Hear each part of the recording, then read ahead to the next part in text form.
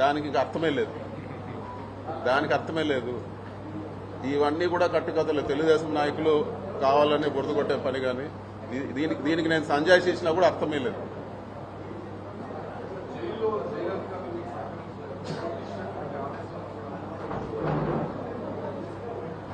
మరి ముఖ్యంగా జైల్లో ఎటువంటి పరిస్థితుల్లో పెట్టారంటే, ఒక టెర్రరిస్టో తీవ్రవాదిని జైల్లో పెట్టిన పరిస్థితి ఉండింది నాకు.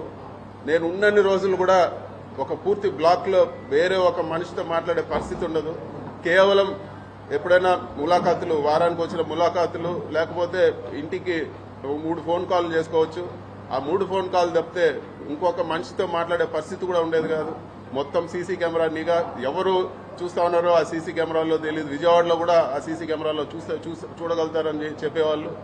అధికారులు కూడా నాతో మాట్లాడేదానికి భయపడేవాళ్ళు. అసలు ఎవరు కూడా దగ్గరకు వచ్చే పరిస్థితి లేదు.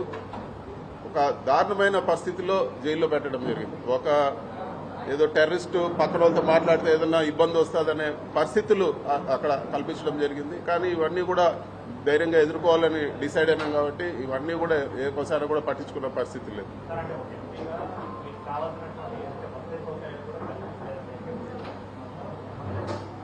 కోర్టు వసతులు కల్పించే విషయంలో కోర్టు ఆదేశాలు ఇచ్చే వరకు, కోర్టు నుంచి ఆదేశాలు ఇచ్చే వరకు ఏ ఒక్క వసతి కూడా జైల్లో కల్పించలేదు. వాళ్లకు చూస్తానే నాకు అర్థమైంది, జైలు అధికారులకు విపరీతమైన ప్రెజర్ ఉన్నది.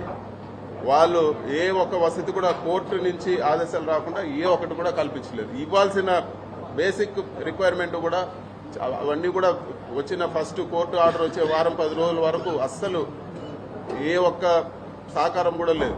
ఇవ్వాల్సిన ఫెసిలిటీస్ కూడా, మిగతా ఖైదీలకు ఇచ్చే ఫెసిలిటీస్ కూడా నాకు ఇవ్వలేదు.